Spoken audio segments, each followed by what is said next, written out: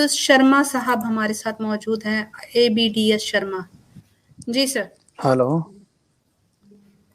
जी बोलिए शर्मा सर। अब्दुल शर्मा मेरी तो कोई आवाज आ रही है बराबर? जी आ रही है आपकी आवाज, बोलिए।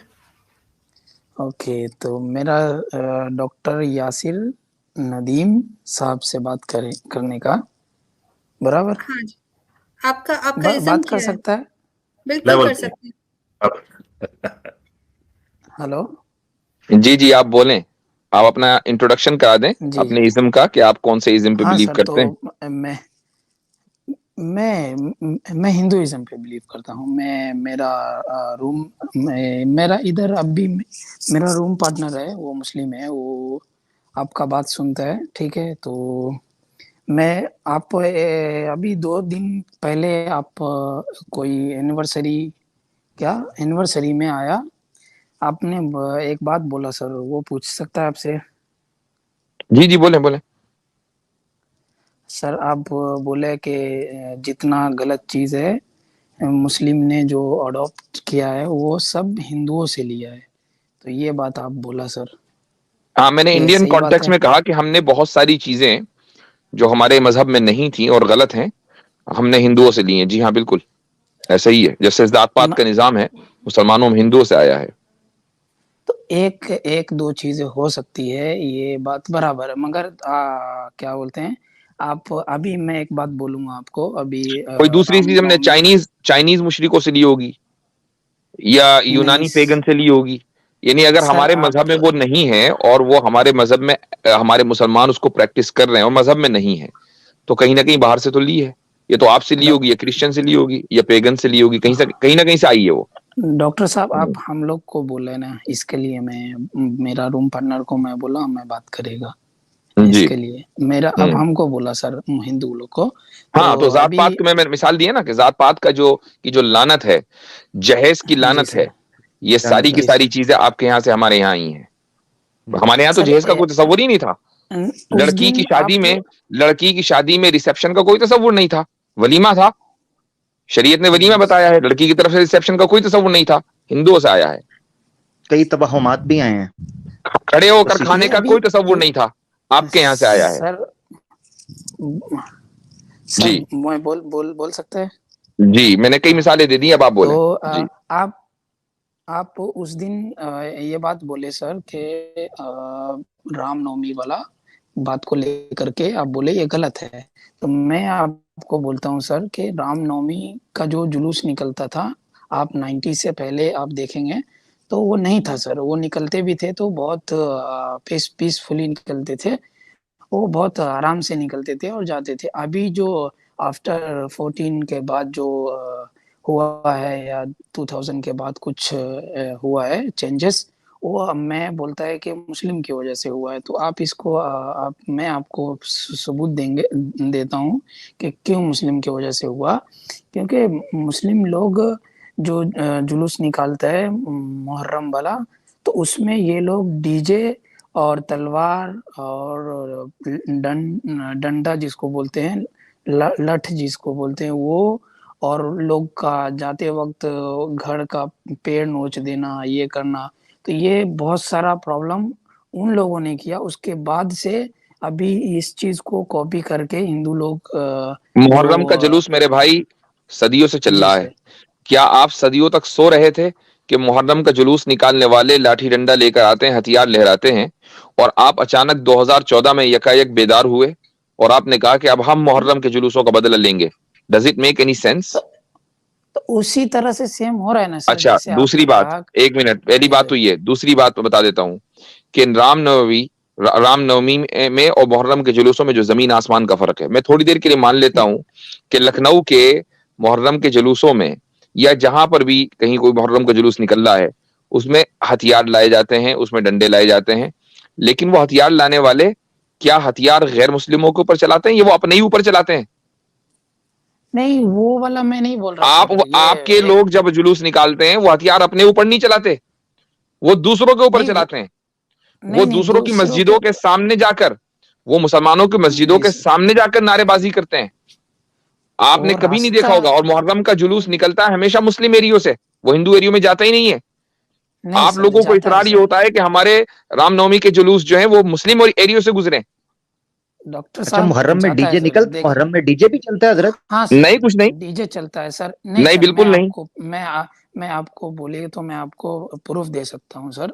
देखें, आप माइक दे जरूर दीजिए। होते हैं, उसके अंदर नारे हैं, नारा हैदरी और वगैरह वगैरह इस तरह की चीजें होती हैं, ठीक है। लेकिन नहीं जिसको सर, डीजे बोलते मातम हैं ना कि वाला कान मैं नहीं पड़ी बात आवाज कर सुनाई रहा है नहीं दे सर। रही है, और ऐसे ऐसे सॉन्ग्स बनाए हुए हैं नहीं कि जिससे सामने आप डॉक्टर अपने साहब, नौजवानों को प्रोवोक कर रहे हैं जेनोसाइड के लिए।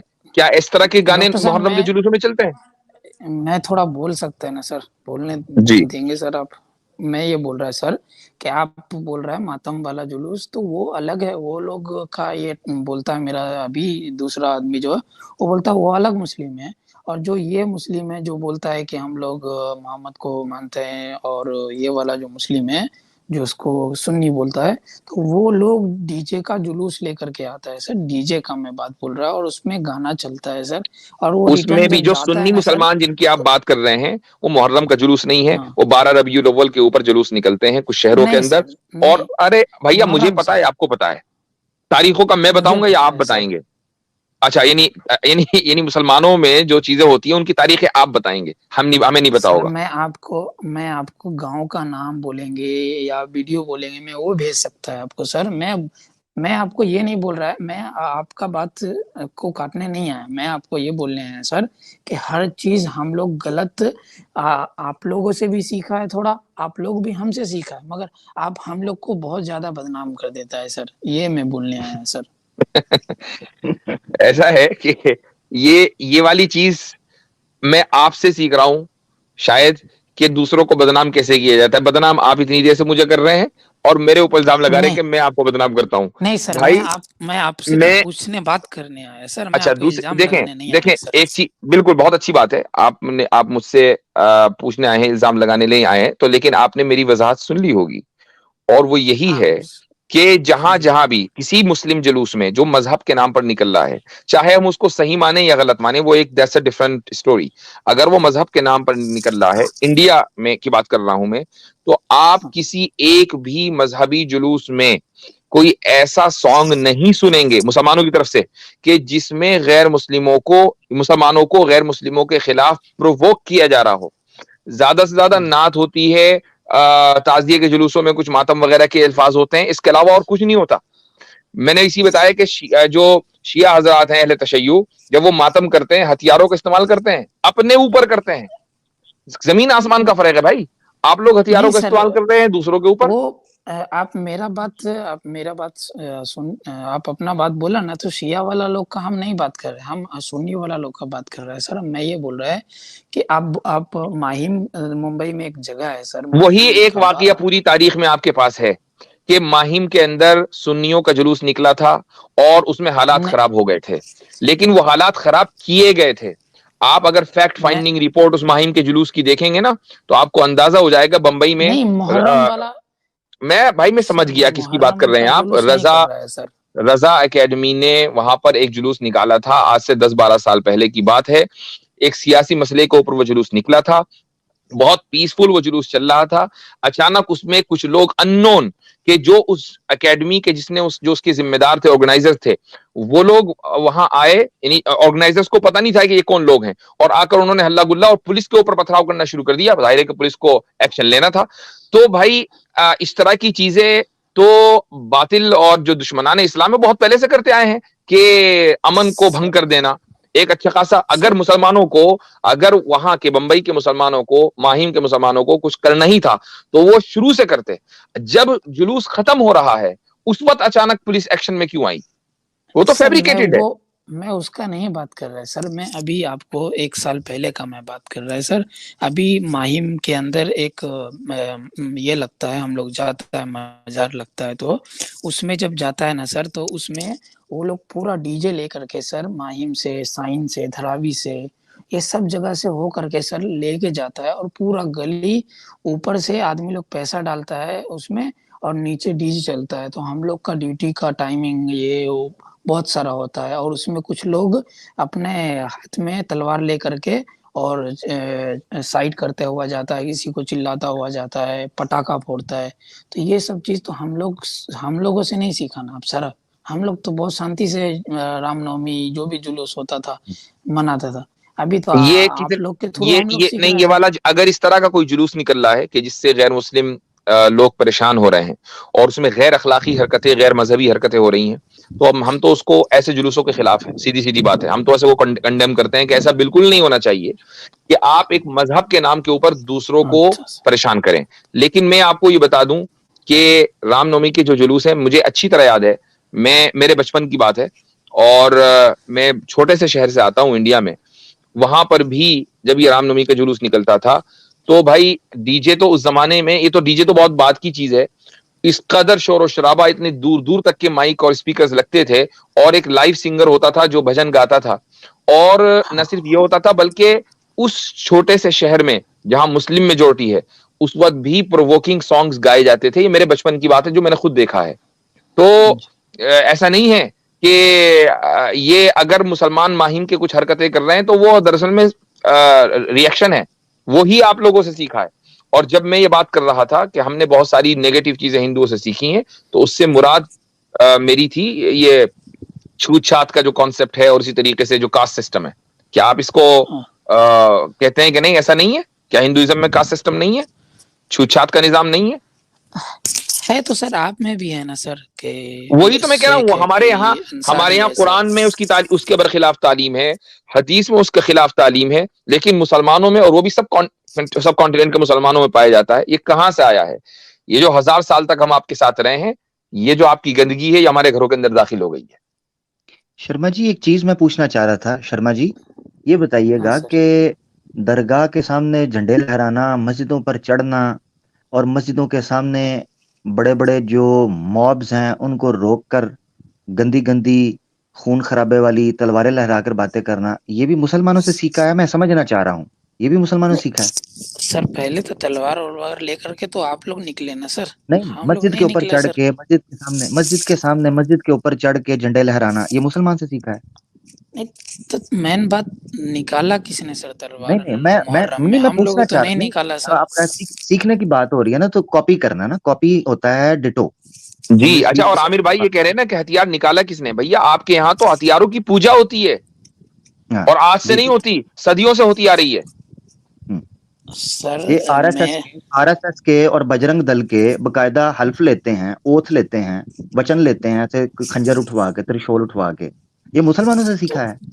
कमाल तो करते सर हैं शर्मा जी। आरएसएस में सब हिंदू नहीं सहमत होता है ना सर। तो ओहो, आरएसएस वाला में आप सब नहीं हिंदू नहीं होता देखें, अभी आप ये, हाँ ठीक है, फॉर्मूला ठीक हो गया, जबरदस्त।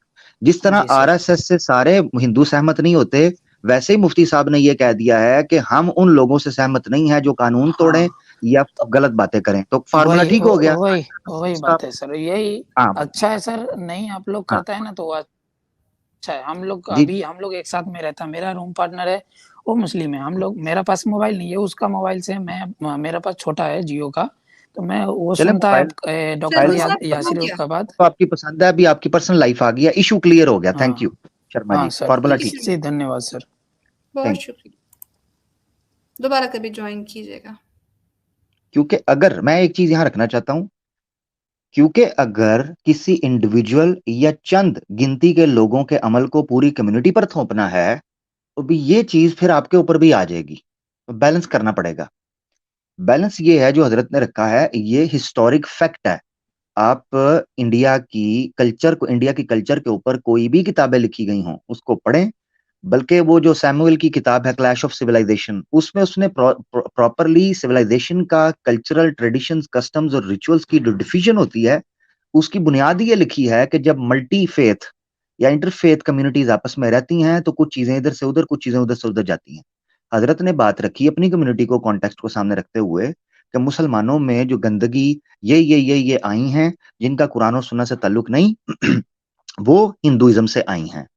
अब सत्यार्थ प्रकाश में जिस तरीके से जैनिज्म के और बुद्धिज्म के चैप्टर में स्वामी दयानंद सरस्वती साहब लिखते हैं स्वयं, वो कहते हैं कि हिंदुइज्म में मूर्ति पूजा और ये जितनी काल्पनिक कहानियां और इतिहास की जितनी बोंगियां और ब्लंडर्स आए हैं, वो सारे बुद्ध मत और जैन मत की तरफ से आए हैं।